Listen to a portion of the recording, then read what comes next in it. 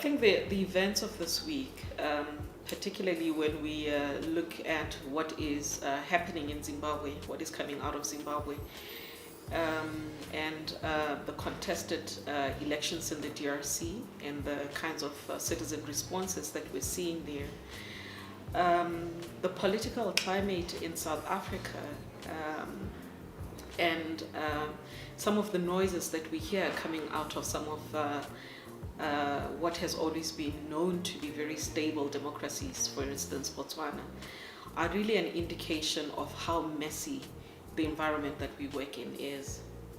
and that the goals and our mission around poverty reduction, around contributing to stable democracies and good governance in the region are really not linear processes. In most cases where we think we have made gains, we're finding ourselves in situations where we look back and wonder if we've made 3 steps back or several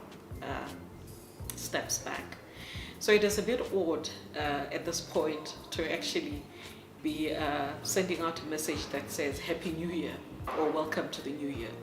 I think in this week one might be saying welcome to our daily reality, and welcome to the daily reality of the majority of our citizens that are in the margins of our economies and in the margins of our political systems. Citizens and groups whose voices, whose aspirations, whose desires don't make it into the mainstream and don't shape the direction in which our development policies are going. So by so saying, I'm basically saying that the challenge that lies ahead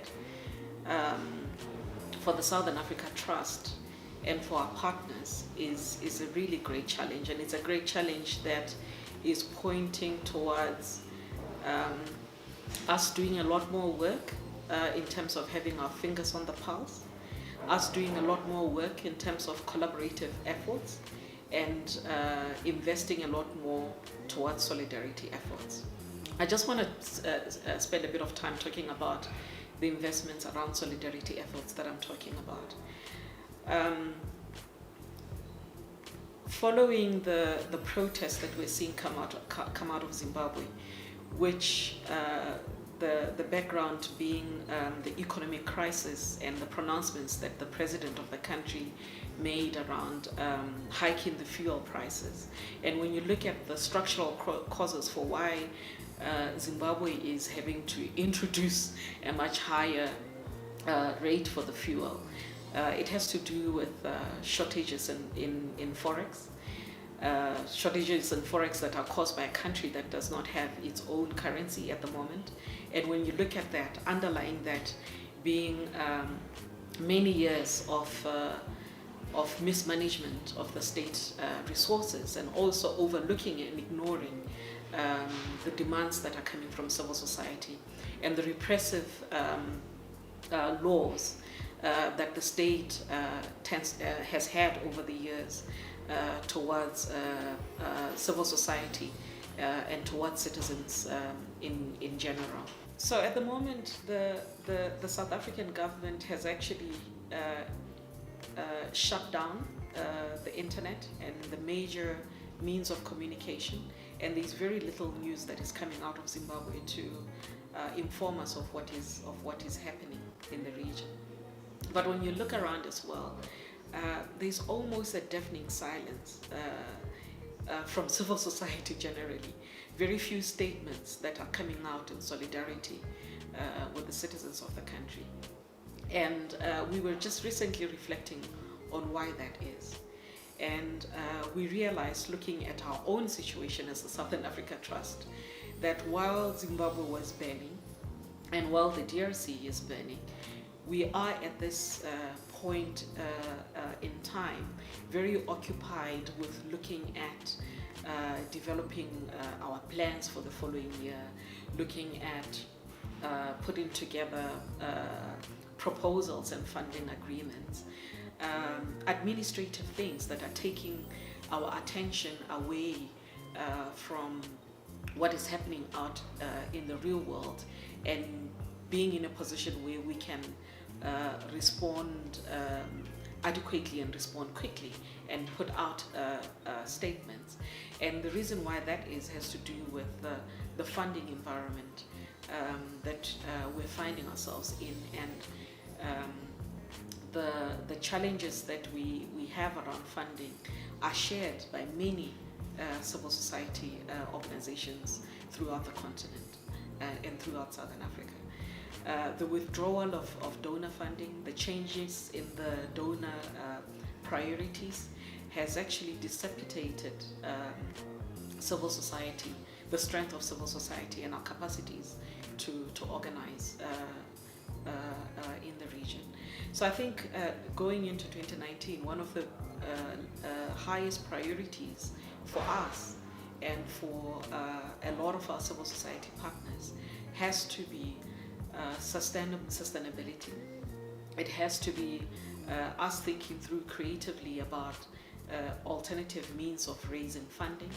but also about how we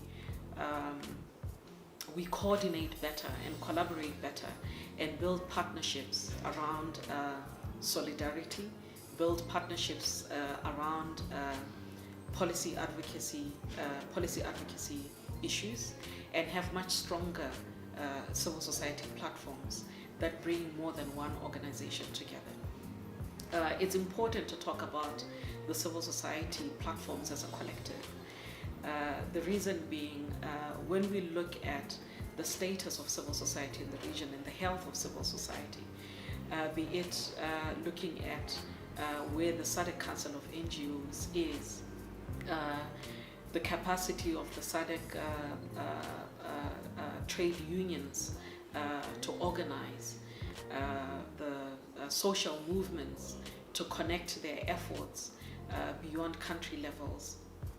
We are not as strong as civil society was, say, 5 years ago. So I think there is a lot of work that needs to be done around regrouping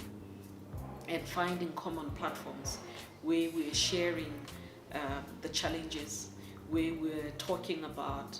the everyday struggles that poor people, that women, youth, minorities are facing at a country level, as well as the common challenges that we face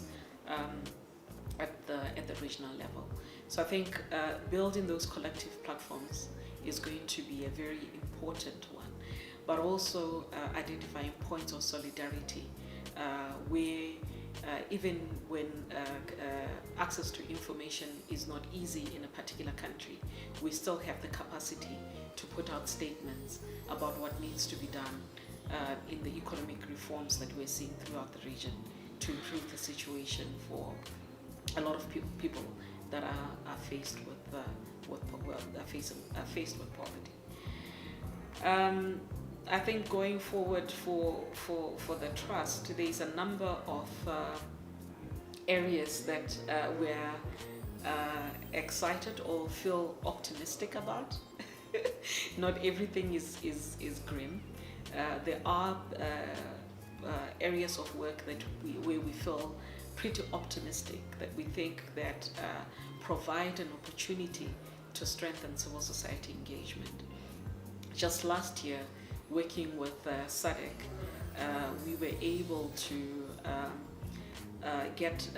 the SADC heads of states and the SADC Secretariat to agree on developing a mechanism for civil society engagement in SADC processes, in the SADC reform, the SADC integration agenda, the SADC industrialization agenda, and so forth. The mere fact that the states, the governments, and SADC have agreed to developing a SADC civil society engagement mechanism provides a formalized avenue through which the various movements that have been working over the years to mobilize citizens' voices around the SADC that we want. For instance, the excellent work that the Southern Africa People Solidarity Network has been doing over the years will find an avenue into the policy, a very critical policy space within SADC. The other thing that we feel optimistic around is really within the trade space. And last year, working with the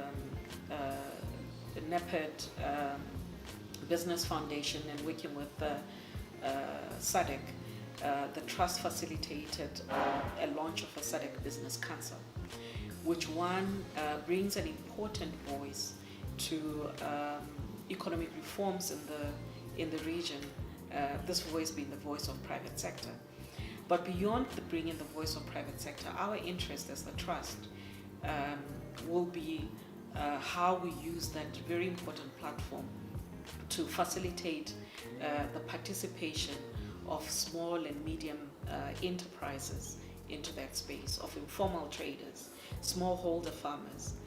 within the Business Council, and using that as an opportunity to actually interrogate the extent to which SMMEs can benefit from the various value chains within private sector development, as well as smallholder farmers. We're also quite optimistic when we look at the kinds of inroads that the trust has made, as well as the investments that the trust has put into knowledge management,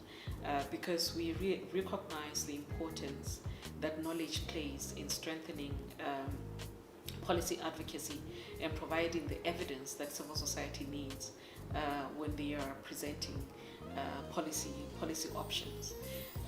We will in this year be launching our digital knowledge hub that is housed here at the trust, but also accessible to civil society organizations and researchers that are interested in development public policy to access the latest information and data on development policy, information and research that is produced by think tanks throughout the region, but also research that is produced by a lot of our NGO partners, including the trust itself. Some of the voices that researchers and policymakers are often looking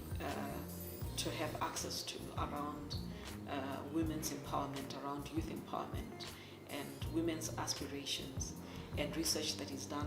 by women themselves. So we're quite excited about that. I think one thing that is important to note as well is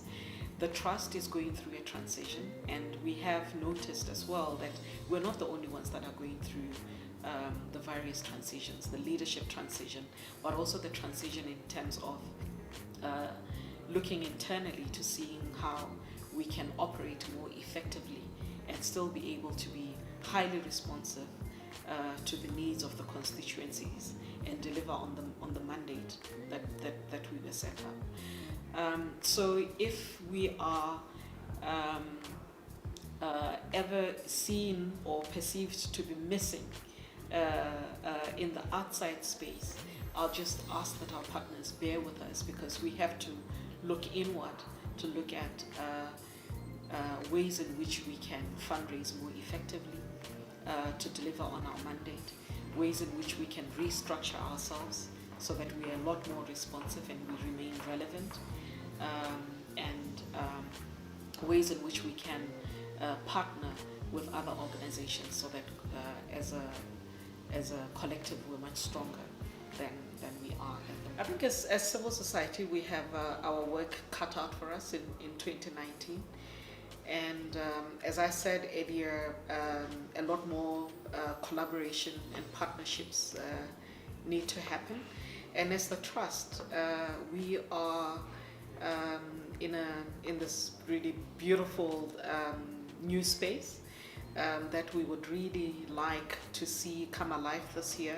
as a civil society center, as a hub and a platform for dialogue, for collaboration, for processes through which we can sit and jointly seek solutions